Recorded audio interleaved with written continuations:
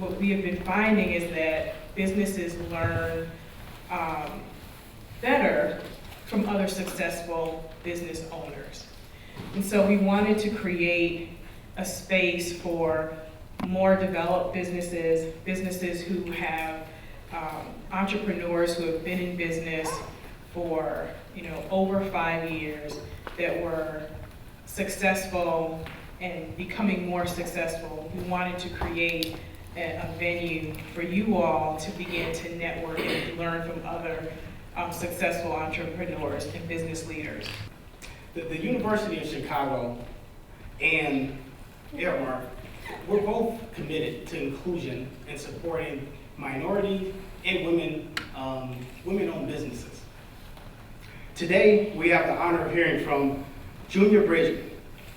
Junior Bridgeman went from the NBA's top 6 man to president and CEO. Junior enjoyed a standout career at the University of Louisville, and then went on to an illustrious 12-year career in the NBA with the Milwaukee Bucks. But that's just the beginning.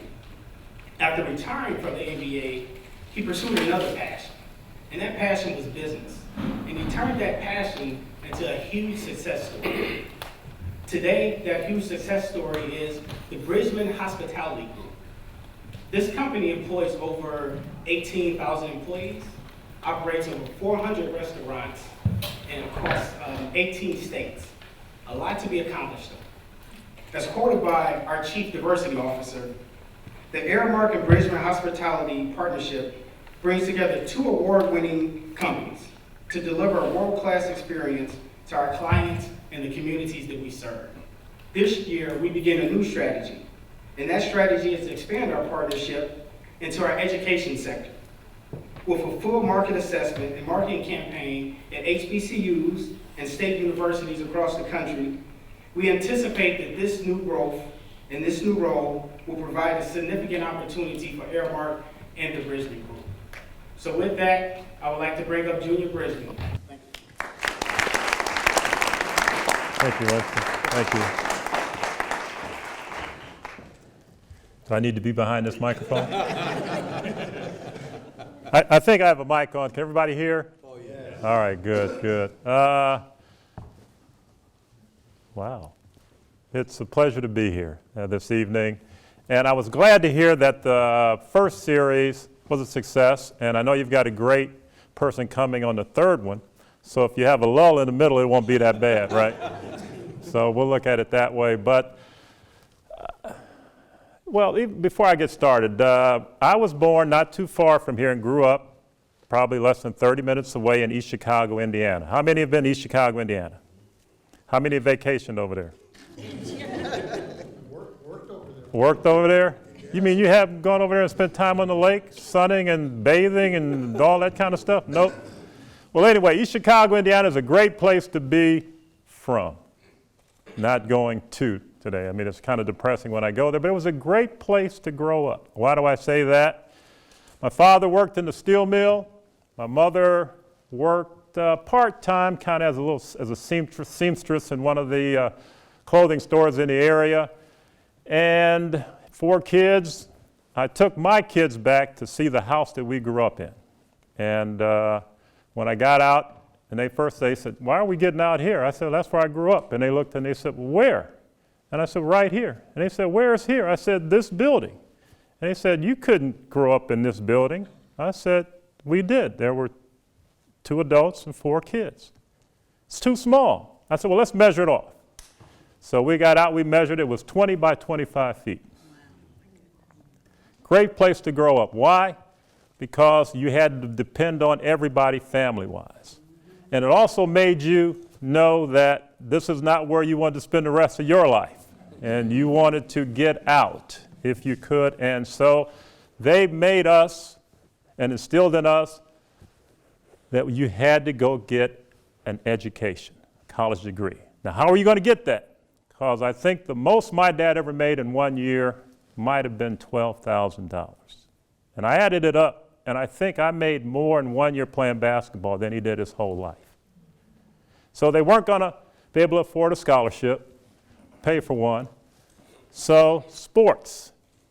But they didn't push sports, they pushed academics. They didn't care whether we played basketball, football, baseball. The only rule they had was if you went out for a team, you couldn't quit, even if you were the last person on the bench. And I was the last person on the bench on the football team. And when it got cold outside, that uniform didn't keep you warm.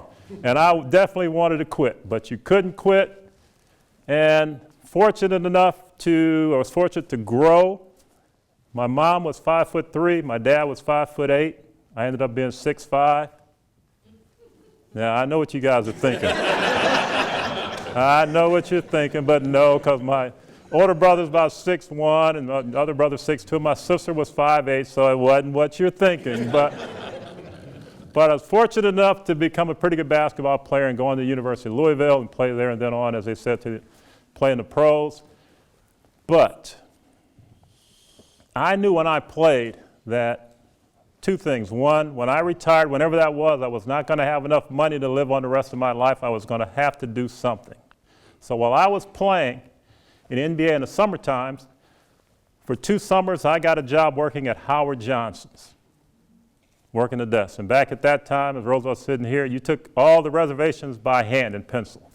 There was no computers or any of that stuff back then. And for another 2 years, I worked at a company called TPF&C, which was an insurance consulting firm. And what did I know about insurance? Absolutely nothing. And so what job did they give me? They put me in a room, and universal life insurance had just came out, and they said, you do a study on universal life insurance as it compares to, can't even think of what the other insurance was. So that's what I did all summer. And I couldn't wait till lunchtime, because I got out, and I couldn't wait till 5 o'clock. But I stayed there all that summer. But what did it teach me? It taught me about the business world. And why is that important? Because when I grew up, we weren't sitting around a dinner table talking about derivatives, short selling, the stock market, real estate investments. If anything, we were just talking about how you're going to get through the next day. So I didn't grow up in a business community, a business environment. There was nobody that I knew other than the barber shop who even had a business. We didn't even think about business. So where did I get this first kind of inkling to get into the business world? And really it was a couple of people that I'll mention names. One was Jim Fitzgerald, who was the owner of the Milwaukee Bucks, and another person, a gentleman by the name of Sam Walton. You all know Sam Walton from Walmart. So we'll get to them a little bit later. But when I was playing in the league, I became the president of the Players Association. So what did that mean? That meant that when they had collective bargaining, that you were the one that represented the players around the collective bargaining table. And so we would go into these meetings, and at that time, we weren't making what we thought we should be making. Well, the players never think they're making enough. Right. I think they're making a lot now, but that's for another day. But so we're arguing over per diem. We were making $21 a day. You couldn't eat on that in New York. They should pay us more. Our average salary might have been $100,000, a lot of money, but we need to get more. We need to get better this, better that, better travel. And we sit there and argue across the table with the players, with the owners and their attorneys. They call a break, timeout. So we'd get up, we'd go over to our corner, and man, we got to get this, this, this. And I'd watch the owners, and they'd go over to their corner, and they're talking about, man, I've got this new condo development going up in Kansas City, about 500 units. You know, I think you ought to get in with me. I'm getting ready to produce this new movie called The Sting, true story. I think you need to get in on it. And they're talking about all these business deals. We're talking about how can we make $5 more. And I said, something's wrong here. And it really kind of dawned on me that what was exciting to them was not basketball, but business. And what we were to them was just another line on the ledger. Yet in our minds, as I said, it was life and death. And so I said, I'm missing something here. And so we're playing Golden State. At that time, all the teams stayed at the Hyatt Regency Oakland.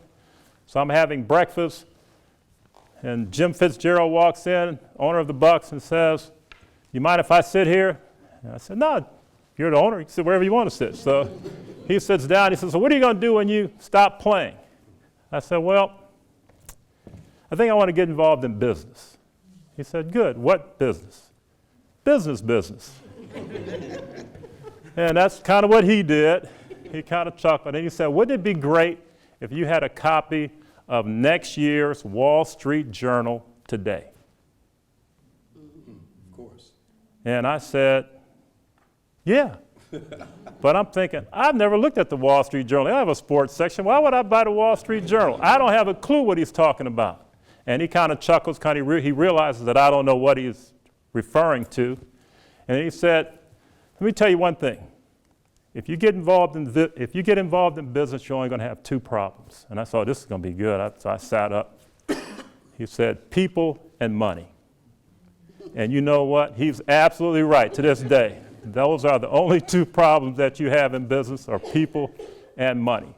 And so I went on from there, and I just kind of watched how he did things, how he handled the team, how he handled the players, some of the things that he did with the group.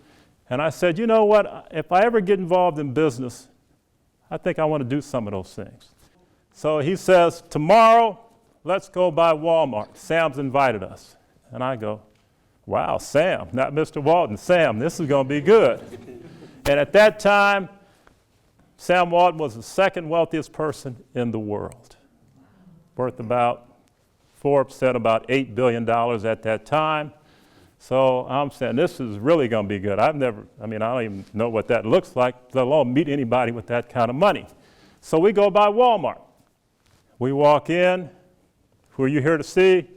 Sam Walton. Really, who are you? Sidney Moncrief. Oh, okay, well, come on. Who are you? Well, I'm with him. Okay, well, come on there. And there's papers everywhere. Junkiest office I've ever seen. And I'm saying, this can't be the Sam Walton that I pictured. And he says, after some conversation, he says, guys, take a walk with me. So we walk with Sam Walton around Walmart. And you know what he does? Every person that he sees, he knows their name. So I go to see Senator Cole. What do you want to do now that you're going to be retired? I want to get involved in business. What kind of business? Business? He goes, well, why don't we do this? Why don't you become our assistant general manager for the team? We'll pay you $50,000 a year. Now, the only difference is you got to be at work now at 8:30, and you can't leave until the general manager tells you can leave. I've been going to work at 10 o'clock, practice over with at noon. Can I do that? I don't know. I said, well, I appreciate the offer. Let me think about it. Let me get back to you. And I go home and I say, you know what? Yeah, it'd be great to be assistant general manager and go, but that's really not what I want to do. I still remember those owners in the corner. And what really got them excited was the world of business. So what do I like? Like a lot of people, I like to eat. So I met a couple of guys in Chicago that were Wendy's franchisees, and we opened a restaurant. Well, they had one. We opened a second one, 53rd and Hyde Park. How many are going by there tonight? Well, nobody's going by there tonight. Why? Because the restaurant's gone. It's no longer there. Why is the restaurant no longer there? That's another story for another time. But what I will tell you is that from that restaurant became a franchisee with a gentleman by the name of Paul Silas. Paul Silas played for the Boston Celtics, coached LeBron James when he was first time at Cleveland. So this was before all that, so Paul and I become Wendy's franchisees. We opened a restaurant, our first restaurant in Bedford-Stuyvesant, New York. Who's been there? And you got out. You didn't stay long, did you? Bedford-Stuyvesant, for those of you who haven't been there, is like one level below being in Vietnam. Our restaurant was not on the corner, but we were right next to the gas station that was on the corner. Right next to us was a car wash. Right across the street was a social service building. Right behind us was a rescue mission. And right across from the gas station was a neighborhood pharmaceutical building, better known as the, all right, we don't have to say it. So we had all kind of clients. all kind of people. First week we opened, we did $35,000 in sales. This was back in 1987. Second week we opened, we did $36,000 in sales. At the end of the first month, we had lost $30,000. At the end, well, heading to the end, April 1st, April Fool's Day, always important day to me. Why is that? Someone broke into the restaurant, and they were going to break into the safe. Safe at that time was about this high, weighed 2,000 pounds. They couldn't get it open, so next thing you do, take it with you. And that's what they did. They pulled the safe, as near as we could tell, from the back, out the front door. When it got to the front door, we think it fell on one of the guys because there was blood by the front door. They got mad, they went back in, and they set the restaurant on fire. Best thing that ever happened to us. Absolutely. Because at that point, we opened in August. By April of the next year, we were down $300,000. Now, okay, so Paul had 150, I had 150. At the end of my career, I had gotten involved in investment with Jim Fitzgerald. He was in cable television. And long story short, at the end of my career, I had amassed $900,000. $150,000 of it was gone. Paul decided enough of this fast food stuff. He went back to the NBA. Wendy's and all their grandeur says, well, why don't you get involved in Milwaukee? Milwaukee's a great market for us. Lie, lie, lie. Milwaukee was a terrible market.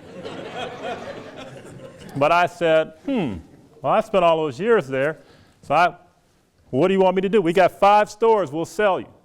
For how much? $750,000. How much do you have? $750,000.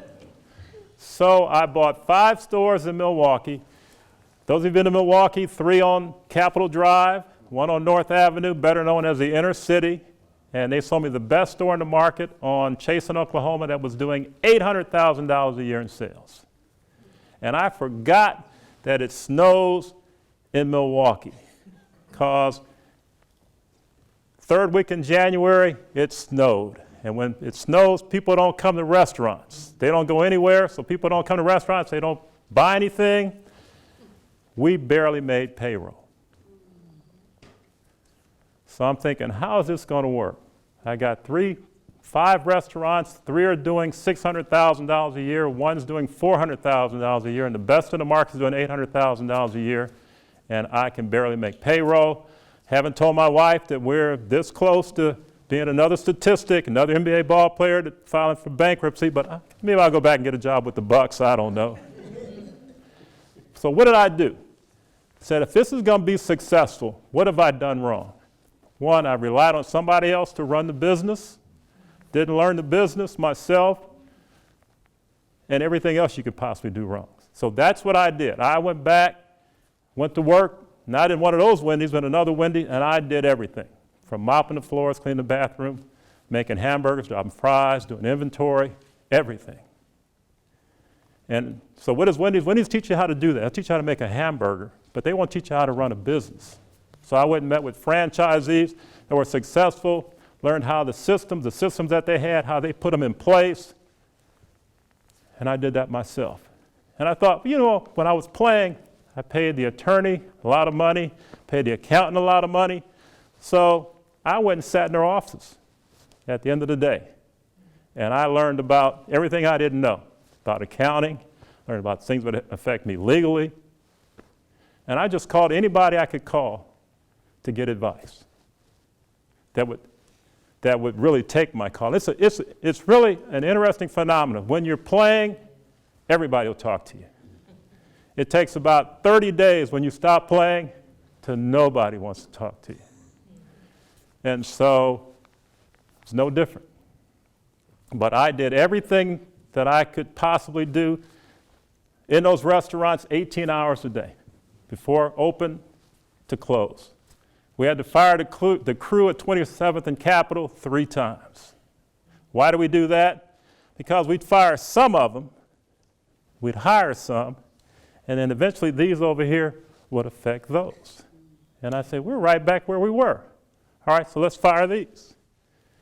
And a couple weeks later, they started to affect everybody else. So how are you going to change? We fired everybody. Fired everybody, started over again. I'm good. So did that make a difference? Did that really turn things around? You know what really changed things? Was when people really started to understand that we cared about them. Now, how did that happen? In Milwaukee at that time, if you got stopped for a traffic violation, you went right to jail, boom. They didn't even ask you anything, they just took you to jail, boom. So every day, half our crew was in jail. So we would go to the bail them out. So much so we'd walk in, Wendy's here again, yeah, who they're here to get, so let them get them. So, I mean, we just walked in, they knew who we were. But you know what that did? People started to believe that we cared more about them than just employees. And it wasn't just bailing them out of jail. When somebody had a fire in their apartment or they had something happen to them family-wise, and we had, our workforce has a lot of things, life happens. But we were there for them. And I thought back to Sam Walton knowing everybody by name. And I said, I got to know everybody and I got to know something about them. So we started helping everybody. And things started to change. Those 5 stores today average over $1.7 million each. And it's because we're great operators. Well, you like to pat yourself on the back and think that. But it's about the people. And if the people believe that you care about them, then they'll care about what they're doing for you. And so they started to believe that we could be successful. And once we got those 5 stores, we bought 16 more in the marketplace. Why not? Have more fun. Then we built a few. Then we bought Louisville. Built a few there. We bought Nashville. Built some. Then we bought Florida because we got cold in Milwaukee. Wanted to go somewhere warm. We bought Naples and Sarasota and Fort Myers.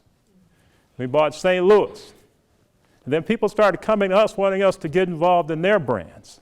And so over this time, we've been let